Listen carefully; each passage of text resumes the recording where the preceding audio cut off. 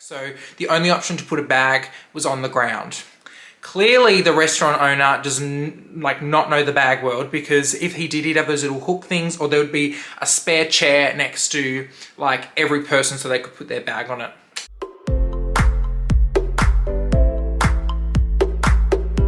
Hey everyone, and welcome to my channel, The Closet. If it's your first time here, welcome.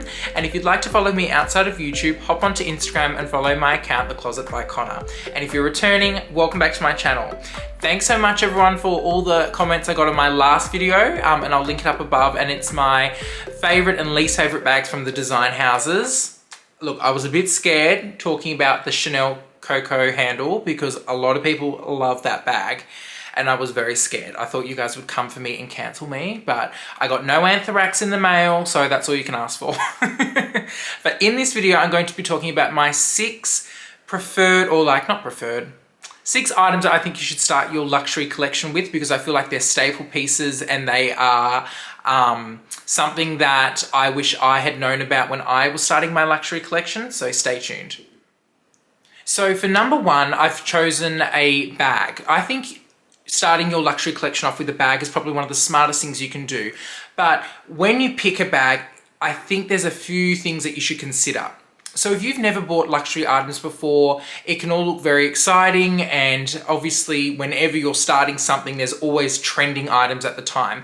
I would steer clear of trending bags. I would always pick something that is classic, something that has been around for a while and you know that it doesn't go out of style. The reason why you should avoid trend bags is because obviously you want to have the bag for a very long time and you want to get your value for money from it as well. You don't want your first bag to be something that you look back on and think, I only had that for 6 months and I sold it and it was just, I bought into the hype.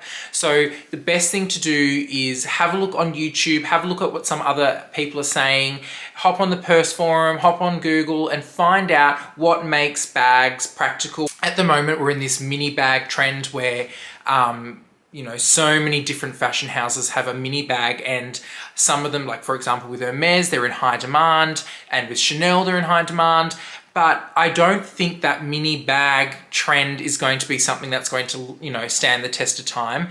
And in all honesty, I think hopefully by the end of this year, okay, I shouldn't say hopefully, but more towards the end of this year coming into next year, I feel like we're going to start to see a lot more bigger bags come back into style. I would stick to classic bags, and it doesn't have to be, you know, the most chosen classic bag. It doesn't have to be the Neverfull as your first bag. It can be, a variety of different bags, but I wouldn't pick something that's like a seasonal style where there's not much information out there about it, because you don't want to shoot yourself in the foot.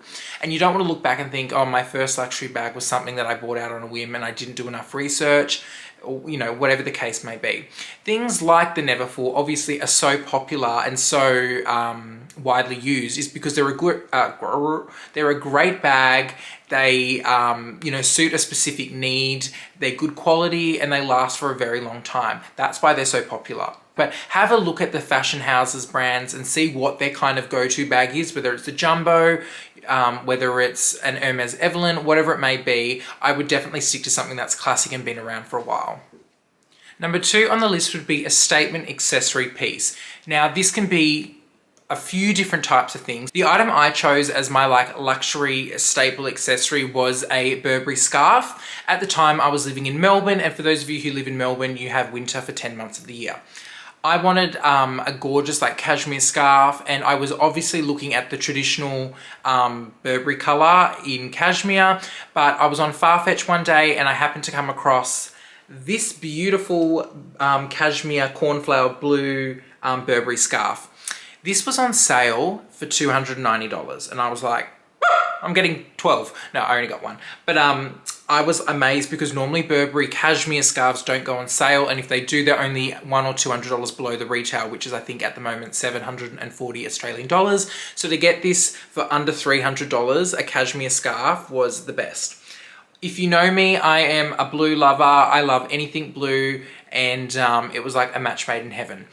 But I wear this all of the time, and if you think about the kinds of clothes you wear in winter, and I mean, I guess I'm speaking for myself personally, but I mostly wear greys, blacks, camel, beiges, like very neutral colors. So when you wear something that's so bright and complementary to a neutral color palette, it works. It doesn't have to be a scarf, it might be a hat, it might be gloves, it might be, you know, maybe a watch, something that you know you're going to wear because you already have something similar that you do wear.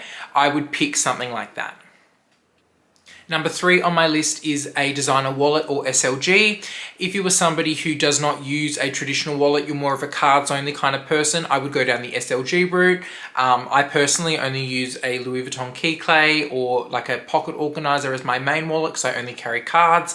But if you are somebody who likes the traditional wallet concept where you've got cash, a bit of cards, some coins, maybe like to keep a few receipts, I would go down the traditional wallet. However, the same principle applies for my decision for both, mainly because a wallet is something that you're always going to be using, and even if you are an Apple Pay, got the cards on your phone, you still need to have some sort of wallet to carry your ID or whatever, because like if you like die on the street or you're having a heart attack and they need to like ID you, I don't think they're going to be looking through your phone to find like your driver's license or whatever. So stick to the OG physical cards with some things, but a wallet is something obviously you're going to get a lot of wear out of, and if you are wanting to experiment in that design world and you're not too sure on what you prefer, whether you like canvas, whether you like caviar leather, whether you like lambskin, whatever it may be, you can experiment or dip your toes in the water a bit with an SLG or wallet. It gives you a great feel for the brand, a great feel for the quality, and it lets you know before you overcommit to purchasing a bag.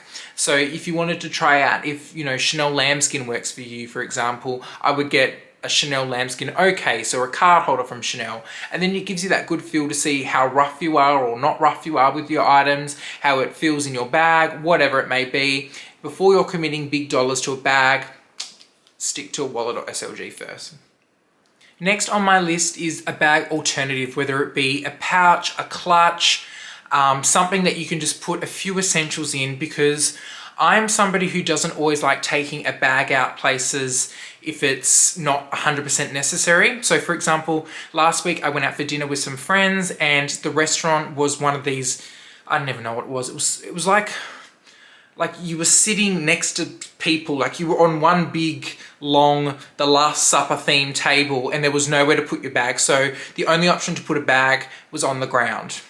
Clearly the restaurant owner does not know the bag world, because if he did, he'd have those little hook things, or there would be a spare chair next to like every person so they could put their bag on it.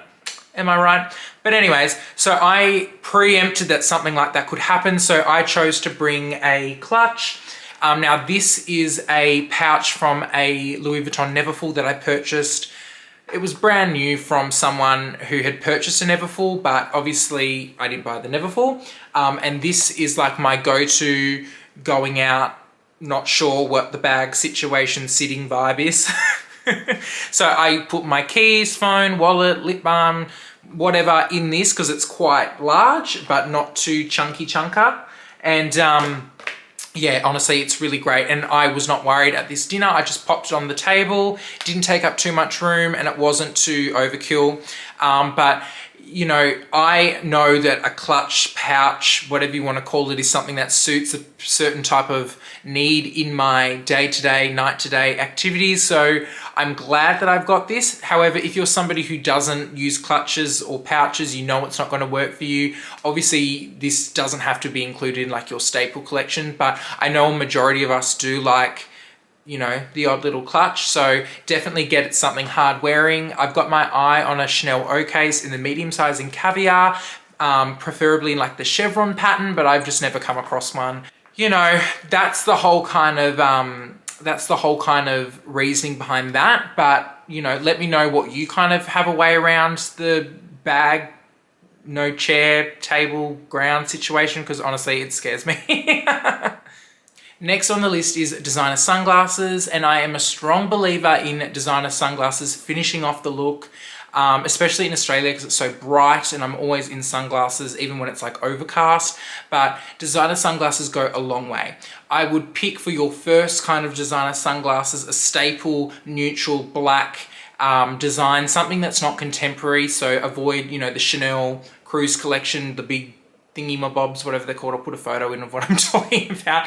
But I would pick something that's very kind of understated, black, sleek, and something you know suits your face, something you know you will reach for. So a lot of people pick like the cat eye shape, and I love the cat eye shape. It's so like Jackie O, or you know, an aviator. I personally like a big, like, don't talk to me, I'm hungover aviator sunglasses, and I like when I wear them, people are like, oh, like, don't annoy Connor. So at the moment I'm wearing these Fendi aviators, and they've got this reflective like Zucker print on it. I don't know if it's showing up in the camera. The ring light will like block it off.